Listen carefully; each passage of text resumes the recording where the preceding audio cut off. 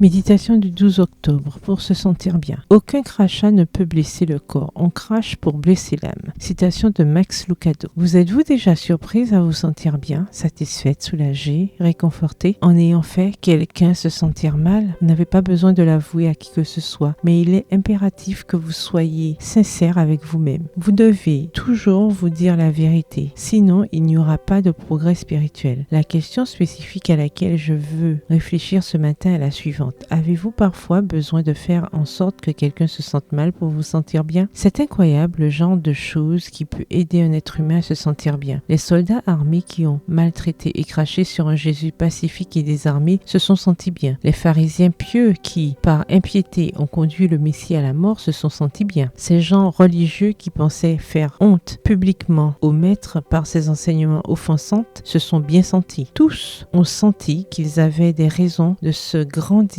en voyant diminuer celui qui semblait être la racine de leurs maux. Mais se sentir grand au prix de faire en sorte qu'un autre se sente petit est une triste grandeur. Avec chaque mauvais traitement, chaque crachat, chaque moquerie, chaque humiliation et chaque agression, ils ne faisaient pas que nuire à la réputation de Jésus. Ils causaient aussi des dommages irréversibles à leur propre âme. Ne serait-il pas plus intéressant de se sentir bien en faisant de la croissance spirituelle de la personne dont la présence nous dérange parce qu'elle nous a fait du mal ou parce que nous la percevons ainsi à cause de notre façon personnelle de comprendre le monde? Après tout, elle ne sortira de cette obscurité qui l'amène à nous faire du mal que lorsqu'elle verra à quel point il est absurde de se sentir bien en faisant du mal à quelqu'un. Pensez-y. Faites pour les autres exactement ce que vous voulez qu'ils fassent pour vous. Luc 6, verset 31 dans la version Bible en français courant. Comprenons-nous ce verset? C'est un appel à prendre l'initiative à être les premières à faire pour les autres ce que nous voulons recevoir et à tirer satisfaction et bonheur de cette façon de vivre. Et comment voulons-nous que les autres nous traitent? Avec intégrité, avec générosité et avec patience lorsque nous commettons nos erreurs. Peut-il y avoir une satisfaction chrétienne dans un acte qui porte atteinte à l'âme d'un être humain et qui, en même temps, nous déshumanise? Répondez par vous-même. Le verset du jour se trouve dans Éphésiens 4, les versets 31 à 32. Que toute amertume, animosité, colère, clameur, calomnie, ainsi que toute méchanceté soit ôtée du milieu de vous. Soyez bons les uns envers les autres, compatissants, faites-vous grâce réciproquement, comme Dieu vous a fait grâce en Christ. Bonne journée, que l'Éternel vous bénisse.